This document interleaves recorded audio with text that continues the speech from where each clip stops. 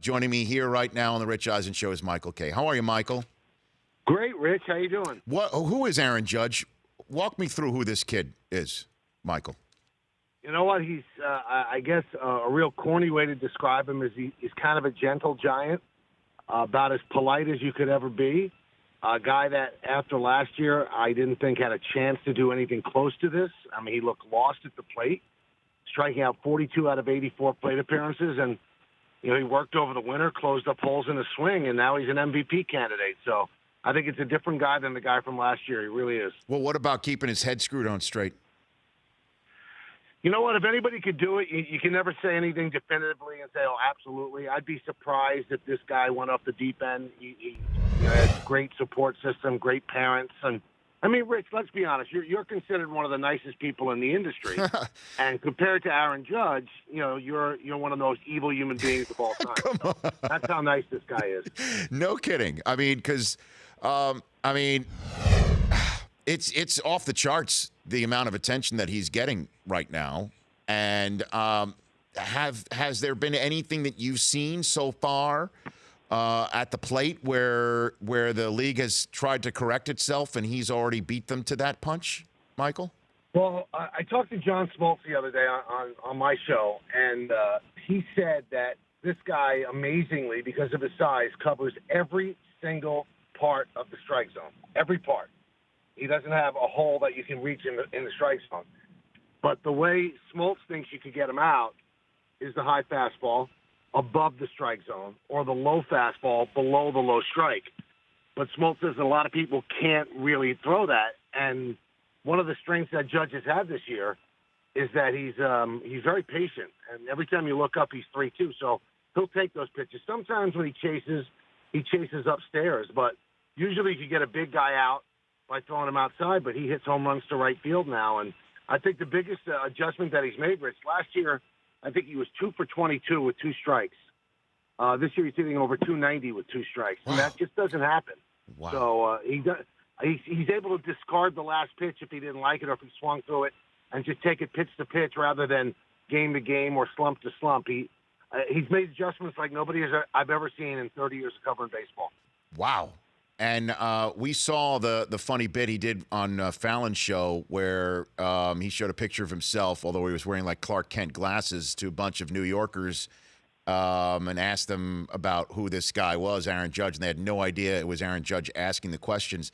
Are the Yankees protecting him, keeping him out of the spotlight, away from national conversations on shows maybe like this one, Michael?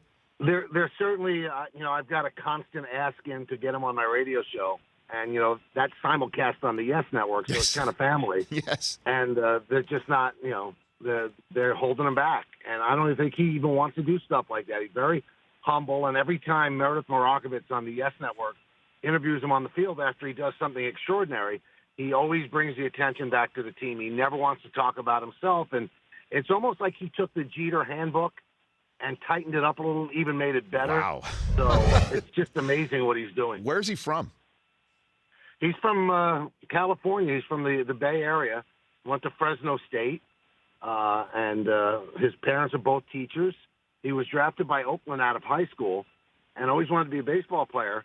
But his parents, said, you decide. He said, no, I want your help. And they said, it wouldn't be a bad thing if you got your education. So he went to Fresno State, and then the Yankees drafted him with the pick they got because the Indians signed Nick Swisher. No kidding. Yeah, That was a compensation pick. Michael Kay from the Yes Network, and then his show, The Michael Kay Show, 3 to 7 p.m. Eastern in the New York metropolitan area, joining me here on the Rich Eisen Show. All that said, Michael, when the Astros came in, and they beat the Yankees about the head, neck, chest, and head area, and then ruined Derek Jeter night in about 3 minutes flat. Astros the best team you've seen this year?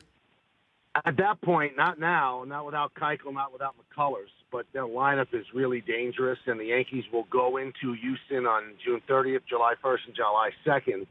So that should be interesting. But I think the Yankees' kryptonite is obviously Keuchel. They can't beat him.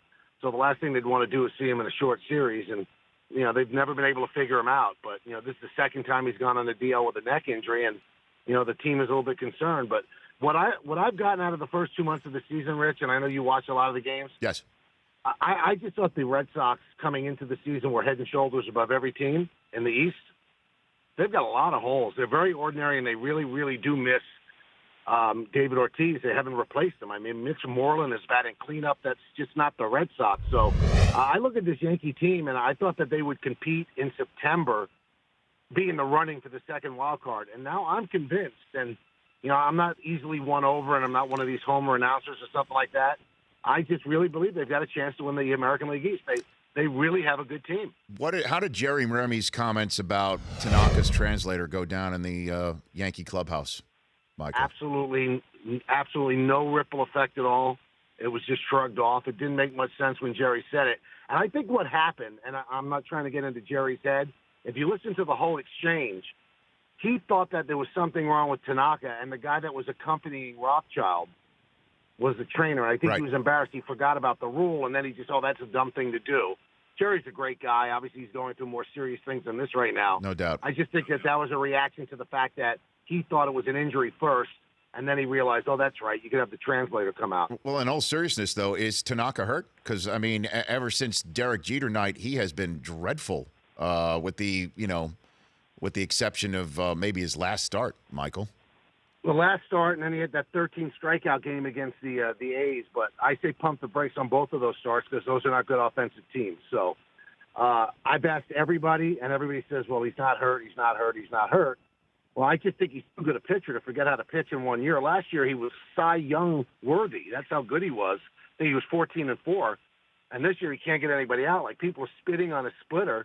And although the velocity is the same, it doesn't seem like he has much confidence in throwing that fastball. So, a lot of people think it could be confidence-wise. Maybe he got confidence in that game against the Angels. And I bet he has a real good game against the A's on Sunday because that's a team that's going to swing and miss a lot and not really be patient. But against a team like the Red Sox, a really good hitting team, the Astros, the way he's pitching now, I don't like his chances. Michael Kay joining me here on the Rich Eisen Show. Putting your all sports hat on. Are the Jets tanking, Michael? What do you think? What's going on? How's that playing out in the New York area with the Jets releasing all their veterans like this? Well, let's put it this way. Either they're tanking or they have the most inept front office in the history of professional sports. So I think Mike McCagnon's pretty smart, and I think they're tanking, which I don't get because, there's no guarantees in the draft. We don't know if Sam Darnold's coming out.